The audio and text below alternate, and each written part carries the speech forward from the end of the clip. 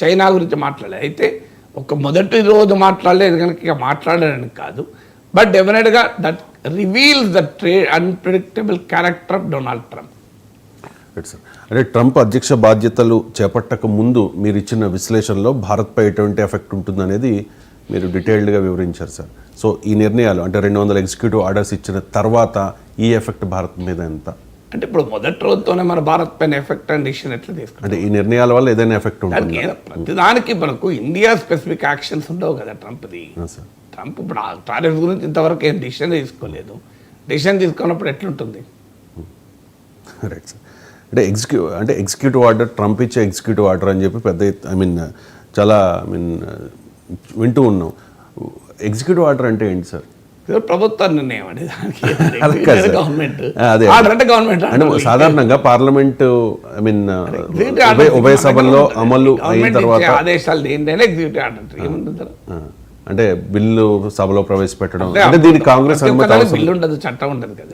అంటే కాంగ్రెస్ లో అంత అమాయకంగా అడిగితే ఎట్లండి? అమెరికన్ పార్లమెంట్ మన దగ్గర అదే ఇది గవర్నమెంట్ ఆర్డర్ అంతే. మన ఎగ్జిక్యూటివ్ అంటే గవర్నమెంట్ అంటే అమెరికన్ పార్లమెంట్ ని కాంగ్రెస్ అంటారు కదా సార్. అంటే కాంగ్రెస్ లో ప్రతిదానికి ఇప్పుడు మన దగ్గర కూడా ప్రతి ఒక్కటి పార్లమెంట్ అసెంబ్లీలో పోతుందండి. ప్రభుత్వానికి ఆదేశాలు ఇవ్వవా? జీవోలు ఉండ ప్రతి జీవో గవర్నమెంట్ అసెంబ్లీ లాగా పాస్ చేస్తారా చెప్పండి? Right sir. రోజుకు 100 జీవోలు ఇష్యూ చేస్తారండి. 100 జీవోలు అంటే అసెంబ్లీ రాదు కదా. Right sir. ఇంకొకటి ఏంటంటే అక్కడ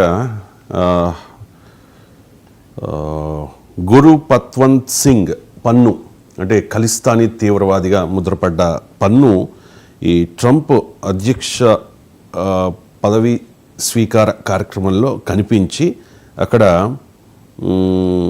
ప్రో ఖలిస్తాన్ స్లోగన్స్ నినాదాలు ఇచ్చారు సార్. అక్కడ అంటే ట్రంప్ ఇచ్చిన పార్టీలో కనబడ్డాడని వచ్చింది మీడియాలో. పదవీ స్వీకార ప్రమాణంలో కనిపించాడో లేదు తెలియదు. Let me sir. Terrorist Gurpatwant Singh Pannun gate crashes Donald Trump's inauguration chants pro Khalistan slogans in wire. అదే ఇనాగ్రేషన్ పార్టీలో కనబడ్డాడు. ఇనాగ్రేషన్ ఇచ్చిన సందర్భంగా పార్టీలో కనబడ్డాడు. ఇప్పుడే కాదు, 2020 2016-20 మధ్య కాలంలో అమెరికా ప్రెసిడెంట్గా ఉన్నప్పుడు కూడా ఒక స్పెషల్ ఈవెంట్ ట్రంప్ ఆర్గనైజ్ చేస్తే అక్కడ కూడా గురుపత్వంత్ సింగ్ పన్ను ఉన్నాడు. సో అందువల్ల గురుపత్వంత్ సింగ్ పన్ను ఉండడం ఇప్పుడు కొత్త ఏమి కాదు.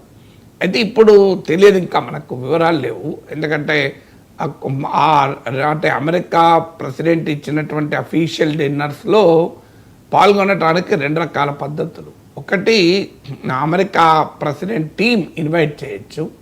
అంటే వారి ఆహ్వానం మేరకు ఇప్పుడు కార్పొరేట్ ప్రముఖులు, రకరకాల సమాజంలో ఉన్న ప్రముఖుల్ని ఇన్వైట్ చేస్తారు కదా. అలా ఇన్విటేషన్ మీద వచ్చిన వాళ్ళు ఎవరైనా తాము ఆ పార్టీలో పాల్గొనాలి అంటే వాళ్ళు కూడా ఆ టీంను కన్సల్ట్ చేయొచ్చు. అప్పుడు టీం కనుక ఇన్వైట్ చేస్తే వెళ్ళవచ్చు. రెండవది ఈవెంట్ టికెట్స్ కూడా. ఇప్పుడు ఈ కార్యక్రమానికి ఏముంటుందంటే అమెరికాలో ఈ ప్రమాణ స్వీకార కార్యక్రమం మాత్రం ప్రభుత్వం ఖర్చులతో నడుస్తుంది. తర్వాత చాలా యాక్టివిటీస్ ప్రభుత్వానికి సంబంధం లేకుండా ట్రంప్ విక్టరీ కమిటీ ఉంటుంది ఒకటి. అంటే గెలిచిన తర్వాత ఆయన ఫండింగ్ రైజ్ చేసుకుంటాడు. ఆ భారీగా విరాళాలు వస్తే ఆ డబ్బులతో అనేక ఇతర కార్యక్రమాలు చేస్తారు. సో అలా దానికి టికెట్లు కూడా పెట్టారు కొన్నిటికి. సో అలా టికెట్ కొని వెళ్ళాడా తెలియదు. ఇప్పుడంటే అమెరికన్ ప్రెసిడెంట్గా ట్రంప్ ఆహ్వానిస్తేనే గురుపత్వంత్ సింగ్ పన్ను వెళ్ళాడు అని మనం ఇప్పుడే కంక్లూషన్కి రాలేము. ఆయన అలా వెళ్ళాడా, నిజంగానే ట్రంప్ ఇన్వైట్ చేశాడా లేదా తెలియదు మనకు. లేదా అతను వీళ్ళు ఇన్వైట్ చేయకపోయినా టికెట్ కొనుక్కొని వెళ్ళాడో తెలియదు. అందువల్ల అది ఎస్టాబ్లిష్ అయితే తప్ప పాలసీ ఏంటి అనేది మనకు అర్థం కాదు. కానీ అదే సమయంలో మరి నిజంగానే ఖలిస్తాన్ విషయంలో ట్రంప్ వైఖరి ఎలా ఉంటుంది ఇది కూడా క్లారిటీ లేదు. ఎందుకంటే ట్రంప్ నియమించిన కొత్త నేషనల్ సెక్యూరిటీ అడ్వైజర్ ఏమో మీకు ఈ ఖలిస్తాన్ అనే వాదానికి వ్యతిరేకి. అమెరికా అధ్యక్షుడిగా ట్రంప్ నియమించిన కొత్త జాతీయ భద్రతా సలహాదారుడు. కానీ అదే సమయంలో వన్ ఆఫ్ ది అటార్నీస్, అంటే అటార్నీ జనరల్స్ అంటారు కదా.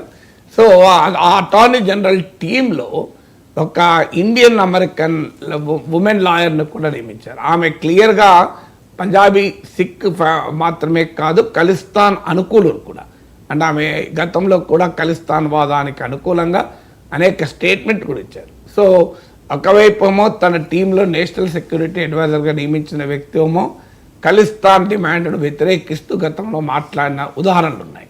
మరోవైపు ఏమో ఆయన అటార్నీ టీంలో ట్రంప్ నియమించిన గవర్నమెంట్ లాయర్స్ ఒక మాటలో చెప్పాలంటే ఆ టీంలో ఖలిస్తాన్ అనుకూలంగా మాత్రమే కాదు, ఖలిస్తాన్కు మద్దతుగా వాదించినటువంటి ప్రకటనలు చేసినటువంటి వ్యక్తిని తీసుకొచ్చి పెట్టుకున్నాడు. సో అందువల్ల we really do not know ఇప్పుడు పన్ను వచ్చిన దాని విషయంలో ఎలా ఉంటుందో దీనిపై కూడా ఫ్యూచర్లో ఎలా ఉంటుందో చెప్పలేము.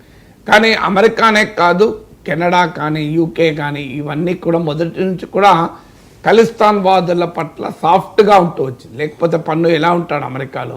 సో పన్ను is a designated terrorist of India.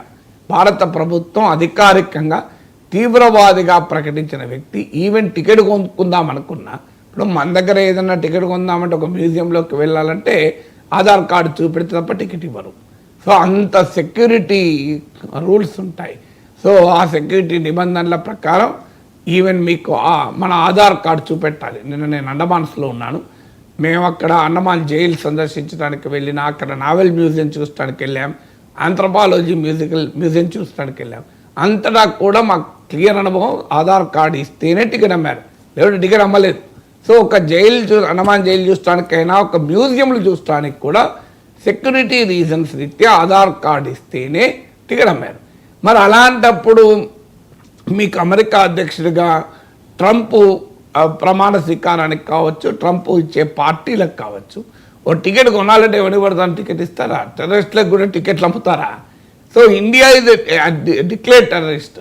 Of course America ప్రకటించకపోవచ్చు, కానీ అమెరికాకు మిత్రదేశమైన భారతదేశం అతన్ని తీవ్రవాదిగా ప్రకటించిన తర్వాత అతను ఎలా ఎంటర్ అయ్యాడు, టికెట్ కూడా తీసుకుని అనేది క్వశ్చన్ అయితే డెఫినెట్గా వస్తుంది. అందువల్ల ఇంకా ప్రెసిడెంట్ ట్రంప్ ఇన్విటేషన్ మీదనే కనుక హాజరై ఉంటే ఇంకా ప్రమాదకరం. మరి అలా హాజరు కాక టికెట్ కొనుక్కొని ఉంటే కొంతైనా మనం అర్థం చేసుకోవచ్చు. ఓకే, అమెరికాలో అట్లే ఉంటుంది పాలసీ, పట్టించుకోరు వాళ్ళు. అమెరికా ప్రకటిస్తే తప్ప, అమెరికానే టెర్రరిస్ట్గా ప్రకటిస్తే ఒక రకంగా ఉంటారు, ఇండియా టెర్రరిస్ట్గా ప్రకటిస్తే మరో రకంగా ఉంటారు. అది అమెరికా విధానం అని మనం కొంత సముదాయించుకోవచ్చు. ఇంకా కానీ మనకు ఆ వివరాలు ఇంకా తెలియదు. కానీ గత ప్యాటర్న్ కనుక తీసుకున్న అమెరికా అధ్యక్షుడిగా ట్రంప్ తాను నియమించిన టీం మెంబర్స్లో స్వభావం రీత్యా చూసిన ఖలిస్తాన్ విషయంలో భారత్ ప్రయోజనాలకు అనుగుణంగా ట్రంప్ ఉంటాడన్న గ్యారంటీ అయితే ఇవ్వలేము. అందువల్ల ఖచ్చితంగా మనం అప్రమత్తంగా ఉండాలి, రైజ్ చేయాలి. ఎందుకంటే వెస్ట్రన్ కంట్రీస్ యొక్క హిపోక్రసీ, డూప్లిసిటీ, టెర్రరిజం చాలా ఎక్కువ. తమ పైకి వచ్చినప్పుడే వాళ్ళు టెర్రరిజాన్ని పట్టించుకుంటారు. ఇప్పుడు పాకిస్తాన్ తీవ్రవాదుల పురిటిగడ్డ. మరి పాకిస్తాన్కి అన్ని రకాల సహకారాన్ని అందించింది అమెరికానే కదా. అమెరికాకు తెలియదా? బిన్ లాడెన్ ఇస్లామాబాద్ పక్కన మిలిటరీ హెడ్ క్వార్టర్స్ పక్కన పెట్టుకున్నారు కదా. ఇంతకన్నా ఇంకేముంటుంది? బిన్ లాడెన్కి ఆశ్రయించిన దేశం పైన అమెరికా ఏం ఆంక్షలు విధించింది? అదే వేరే కంట్రీ అయితే ఇప్పటికి ఆంక్షలు విధించదు కాదు, యుద్ధం చేసేది. నిజంగానే ఇరాన్లోనే బిన్ లాడెన్ ఉండుంటే అమెరికా యుద్ధం చేయకపోవా? మిసైల్స్ పంపించేది. ఉత్తర కొరియాలో కనుక బిన్ లాడెన్ ఉండి ఊరుకునేదా? మీరు ఈవెన్ ఇండియాలో బిన్ లాడెన్ ఉన్న ఊరుకునేదా? మరి పాకిస్తాన్లో బిన్ లాడెన్ నాకు ఆశ్రయం ఇచ్చిన 5 ఏళ్ళు ఎందుకు ఊరుకున్నది? కనీసం ఒక్కటంటే ఒక్క ఆంక్ష విధించిందా? ఇంకో ఈ శాంక్షన్స్ విధిస్తున్నాం అని చెప్పి ఒక్కడనే విధించిందా? మరి అందువల్ల that is how the American and western hypocrisy, duplicity ఉంటుంది. అందువల్ల ఇప్పుడు ఖలిస్తాన్ విషయంలో కూడా ట్రంప్ ఖచ్చితంగా మనకు అనుకూలంగా యాక్ట్ చేస్తాడని మనకు గ్యారంటీ ఇవ్వలేము.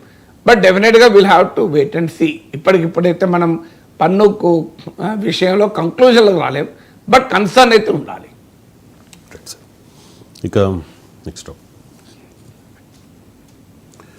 కేంద్ర హోంశాఖ మంత్రి అమిత్ షా చెప్తూ ఉన్నారు సార్, దేశంలో నక్సలిజం కొన ఊపిరితో ఉంది, 2026 నాటికి మావోయిస్టులు ఉండరు దేశంలో అని చెప్పి. కరెక్ట్గా వారం క్రితం ఛత్తీస్గఢ్ రాష్ట్రంలోని కాంకేర్లో భారీ ఎన్కౌంటర్ జరిగింది, 18 మంది చనిపోయారు. నిన్న మళ్ళీ ఒక భారీ ఎన్కౌంటర్ జరిగింది సార్. ప్రస్తుతం ఉన్న సమాచారం